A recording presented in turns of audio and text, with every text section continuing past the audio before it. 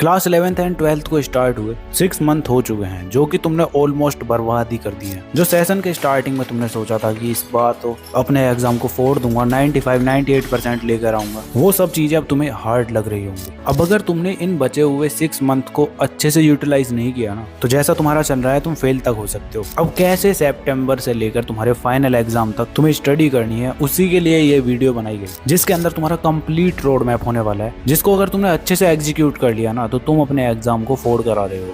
So hi everyone, this is Mukul Bhardwaj और आज की वीडियो में हम बात कर रहे होंगे सितंबर से लेके फाइनल एग्जाम तक के रोड मैप की। अगर तुम इस वीडियो को लास्ट तक देखते हो ना, तो तुम्हें step by step practical road map मिलेगा, जिसके हेल्प से तुम अक्टूबर और नवंबर में अपना पूरा सिलेबस कंप्लीट कर लोगे और उसके बाद फाइनल एग्जाम तक 6 से 7 टाइम रिवीजन। टॉपर लोग क्या करते हैं, वो यही तो करते हैं, अपने सिलेबस को जल्द से जल्द कंप्लीट करते हैं और उसके बाद उसका रिवीजन करते हैं 5 से 6 टाइम। तो तुम्हें भी यही करना है। चलो क्या करना है बताता हूँ। तो स्टार्टिंग करते हैं तुम्हारे सितंबर मंथ से। अब यार इसके अंदर मेजॉरिटी बच्चों के हाफ ईयरली स्टार्ट हो चुके हैं या फिर स्टार्ट होने वाले हैं, तो ये मंथ तो तुम्हारा एग्जाम की वजह से ऐसे ही जाने वाला है। इसके अंदर तुम्हारा पूरा फोकस हाफ ईयरली के ऊपर होना चाहिए। अब देखो, तुम ऐसे बच्चे हो जिसने अभी तक कुछ नहीं पढ़ा है हाफ ईयरली के लिए, तो तुम्हें कुछ ये 3 स्टेप्स को फॉलो करना है। सबसे पहले तुम्हें अपने स्कूल वालों की हेल्प से अपने सिलेबस का पता करना है। जैसे ही सिलेबस पता चल जाता है, तो उसके बाद तुम्हें बस इंपॉर्टेंट टॉपिक्स को पढ़ना है। यही तुम्हारा स्टेप 2 है। अब ये इंपॉर्टेंट टॉपिक्स तुम्हें कहाँ मिलेंगे, तो मैंने इस वाली वीडियो में अपलोड किया हुआ है, जाके देख लेना, ठीक है। उसके बाद थर्ड स्टेप में तुम प्रीवियस ईयर क्वेश्चंस को सॉल्व करोगे, बस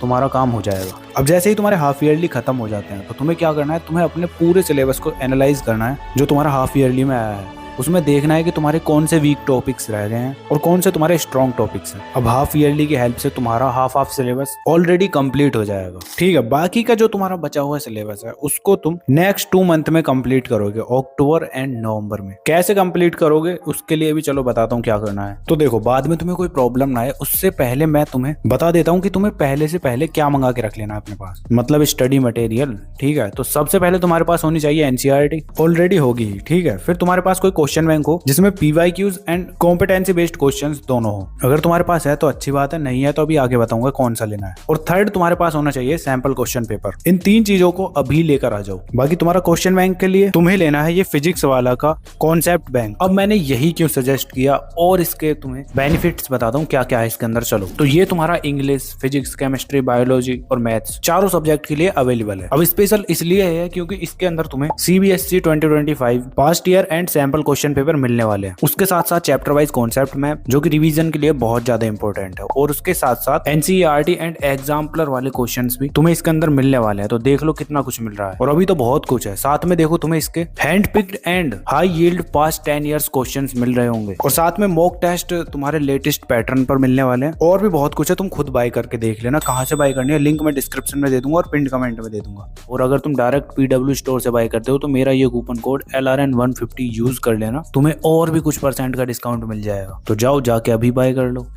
ठीक है। स्टडी मटेरियल के बाद यार अब तुम्हारा आता है स्ट्रेटजी। कैसे तुम्हें अपने सिलेबस को कंप्लीट करना है, तो उसके लिए तुम्हें सब्जेक्ट वाइज स्ट्रेटजी को फॉलो करना है। फिजिक्स की अलग होगी, केमिस्ट्री की अलग, बायोलॉजी की अलग और मैथ्स की अलग। तो सबसे पहले स्टार्टिंग करते हैं फिजिक्स से। तो फिजिक्स के अंदर यार तुम्हें अपने एक चैप्टर को कंप्लीट करने के लिए ये 3 स्टेप्स फॉलो करना है, जिसमें स्टेप 1 है तुम्हारा, सबसे पहले तुम चैप्टर को समझने के लिए यूट्यूब पर जाओगे। यूट्यूब पर उसकी 1 शॉट वीडियो देखोगे। 3 से 4 घंटे की तुम्हारी 1 शॉट वीडियो होनी चाहिए, उसको तुम्हें देखना है, ठीक है। उसके बाद तुम स्टेप 2 में नोट्स बनाओगे, जिसके अंदर तुम अच्छे से फॉर्मूला, डेरिवेशन लिख रहे होगे, और न्यूमेरिकल की अलग से एक नोटबुक बनाओगे, ठीक है। लेक्चर और नोट्स के बाद थर्ड स्टेप आता है तुम्हारा PYQ and competency based questions. इनकी तुम्हें अच्छे से प्रैक्टिस करनी है। इनकी हेल्प से ही तुम अपने एग्जाम में तगड़ा स्कोर कर पाओगे। तो इन 3 स्टेप्स में तुम्हें अपने फिजिक्स के एक चैप्टर को कंप्लीट करना है, और अपना गोल रखो कि एक वीक में एक चैप्टर इजीली कंप्लीट कर लो तुम, ठीक है। तीनों मेन सब्जेक्ट का तुम्हारा एक चैप्टर एक वीक में कंप्लीट हो जाना चाहिए। ऐसे ही अब तुम्हारा आता है केमिस्ट्री। तो केमिस्ट्री के लिए यार तुम्हें 3 स्टेप्स ही फॉलो करने हैं, जिसके अंदर तुम समझोगे कि चैप्टर के अंदर है क्या। तो उसे समझने के लिए तुम सबसे पहले 1 शॉट वीडियो देखोगे यूट्यूब पर। जब वो तुम्हारी कंप्लीट हो जाती है, तो उसके बाद फिर तुम्हारा आता है स्टेप 2, जिसके अंदर तुम बैंक्स क्रिएट कर रहे होगे। मतलब तुम्हें एक कॉपी बनानी है रिएक्शन बैंक की, जिसके अंदर तुम इनऑर्गेनिक एंड ऑर्गेनिक केमिस्ट्री के सारे इंपॉर्टेंट रिएक्शंस लिख रहे होगे, ठीक है। और एक तुम्हें बनाना है फॉर्मूला बैंक, जो कि तुम्हारा होने वाला है फिजिकल केमिस्ट्री के लिए। इसमें तुम अपने सभी चैप्टर्स के फॉर्मूला लिख रहे होगे, जो कि तुम्हारे न्यूमेरिकल सॉल्व करते टाइम काम में आने वाले हैं। इन 2 स्टेप्स को तुम्हें अच्छे से फॉलो करना है, ठीक है। जब ये कंप्लीट हो जाते हैं ना, तो उसके बाद तुम आओगे प्रीवियस ईयर क्वेश्चंस को सॉल्व करने के लिए। जब वो हो जाते हैं तो उसके साथ साथ कॉम्पिटेंसी बेस्ड क्वेश्चंस भी करोगे, और इसका भी सेम वही तरीका रहेगा। तुम्हें एक वीक में एक चैप्टर कंप्लीट करना है बस, ठीक है। अब तुम्हारा नेक्स्ट सब्जेक्ट आता है मैथमेटिक्स, जिसके अंदर तुम्हें सिंपली इन 4 स्टेप्स को फॉलो करना है। फर्स्ट तुम्हारा यूट्यूब पर 1 शॉट वीडियो होगी। सेकंड तुम्हारा होने वाला है फॉर्मूला नोटबुक के लिए। जितने भी फॉर्मूला उस चैप्टर के अंदर है सभी को लिख लो इसके अंदर, और जब इतना कर लेते हो तो उसके बाद फिर तुम्हें सॉल्व करने हैं एनसीईआरटी के एग्जांपल्स और तुम्हारे एक्सरसाइज वाले क्वेश्चंस। उनको अगर तुम अच्छे से सॉल्व कर लेते हो तो तुम्हारे लिए काफी है। बाकी एग्जाम का लेवल पता लगाने के लिए और किस लेवल के क्वेश्चंस तुम्हारे पेपर में आते हैं उसके लिए तुम्हें पीवाईक्यू सॉल्व करना है और कॉम्पिटेंसी बेस्ड क्वेश्चंस। बस मैथ्स के लिए इतना कर लेते हो ना तो गारंटीड तुम 100 आउट ऑफ 100 स्कोर करोगे। तुम्हें कोई स्टैंडर्ड बुक लगाने की जरूरत नहीं है, इतना कर लो इनफ है, ठीक है। तो अब नेक्स्ट पार्ट आता है बायोलॉजी वाले बच्चों के लिए। तो इसके लिए भी यार सेम पहले तुम्हें चीजों को समझना है। उसके लिए तुम यूट्यूब पर 1 शॉट वीडियो देखोगे। स्टेप 1 तुम्हारा यही कंप्लीट हो जाता है। इसके बाद आता है तुम्हारा स्टेप 2, जिसके अंदर तुम्हें एनसीईआरटी को लाइन बाय लाइन पढ़ना है, बिकॉज बायोलॉजी का पेपर तुम्हारा एनसीईआरटी से ही बनता है। डायरेक्ट तुम्हारी कोई भी लाइन उठाकर पूछ ली जाएगी। तो एनसीईआरटी पढ़ने के बाद तुम नोट्स बना सकते हो, जिसके अंदर तुम डायग्राम्स वगैरह की अभी से प्रैक्टिस कर लो, क्योंकि बाद में कोई प्रॉब्लम नहीं होनी चाहिए। और साथ में पूरे चैप्टर के शॉर्ट नोट्स क्रिएट कर लेना, जिससे कि तुम्हें लास्ट टाइम पर रिवीजन करने में आसानी हो। शॉर्ट नोट्स का रहने देना, अभी आगे बताऊंगा कब बनाने हैं ये, ठीक है। तो बायोलॉजी के लिए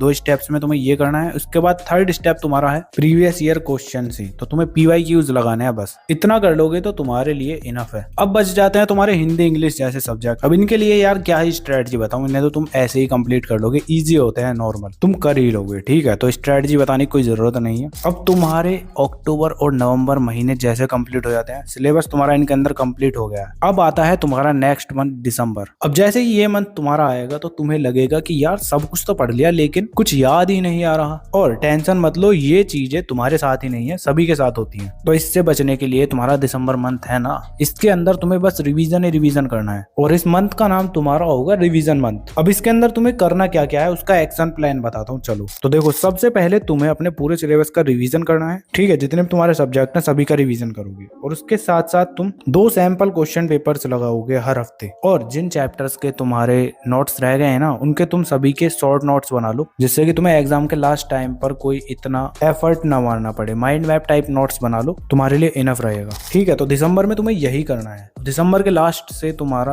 प्री बोर्ड स्टार्ट हो जाएंगे, अगर नहीं भी होते हैं तो जनवरी में स्टार्ट हो जाएंगे। अब जैसा कि तुम्हारा रिवीजन हो चुका है ऑलरेडी, तुमने सैंपल पेपर भी लगा लिए हैं थोड़े बहुत, तो प्री बोर्ड एग्जाम में तुम्हें कोई इतनी प्रॉब्लम नहीं होने वाली। बट एक साइकोलॉजी है कि टीचर प्री बोर्ड का एग्जाम थोड़ा टफ ही रखते हैं। क्वेश्चन पेपर जो होता है तुम्हारा टफ लेवल वाला होने वाला है, जिससे कि तुम्हारे मार्क्स थोड़े लो आ सकते हैं। बट तुम्हें टेंशन नहीं लेनी है, तुम्हें बस क्या क्या करना है ये बताता हूँ, चलो। अब सबसे पहले तुम्हें अपने प्री बोर्ड्स पर ध्यान देना है। 10 से 15 दिन के अंदर तुम्हारे प्री बोर्ड फिनिश हो जाएंगे। उसके बाद तुम्हें क्या करना है, तुम्हें सबसे पहले डेली एक सैंपल पेपर लगाना है। सेम 3 घंटे का टाइमर लगा के बैठ जाओ, जैसे बोर्ड एग्जाम में पेपर देते हो ना ऐसे। और चीटिंग बिल्कुल भी नहीं करनी है तुम्हें। जैसे बोर्ड एग्जाम में पेपर दोगे ऐसे ही तुम्हें सेम वही माहौल बनाना है, सेम उसी तरह से तुम अपने आंसर्स लिख रहे हो, ठीक है। जैसे ही तुम्हारा वो सैंपल पेपर कंप्लीट हो जाता है तो उसमें तुम्हें देखना है तुम्हारे कितने मार्क्स आ रहे हैं, कहाँ कहाँ तुम गलतियां कर रहे हो, ठीक है। डेली तुम्हें एक सब्जेक्ट उठाना है, उसका एक क्वेश्चन पेपर लगाना है और उसको एनालाइज करना है। उसके बाद अपनी मिस्टेक्स को इंप्रूव करना है बस। जनवरी के मंथ में तुम्हें बस यही करना है, प्री बोर्ड देने हैं और सैंपल पेपर लगाने हैं डेली बस। अब इसके बाद आता है तुम्हारा फाइनल मंथ, जहां तुम्हारे बोर्ड एग्जाम स्टार्ट हो जाएंगे। मतलब मंथ स्टार्ट होते ही तो नहीं होंगे, 15 दिन 12 दिन का टाइम तो होता ही होता है। उसके लिए कैसे स्टडी करनी है वो उसी टाइम पर बताऊंगा। बाकी तुम्हारा अब ये कंप्लीट रोड मैप हो चुका है, जिसको अगर तुमने अच्छे से एग्जीक्यूट कर लिया ना तो तुम्हारे गारंटीड बोर्ड एग्जाम में 98% आ रहे होंगे।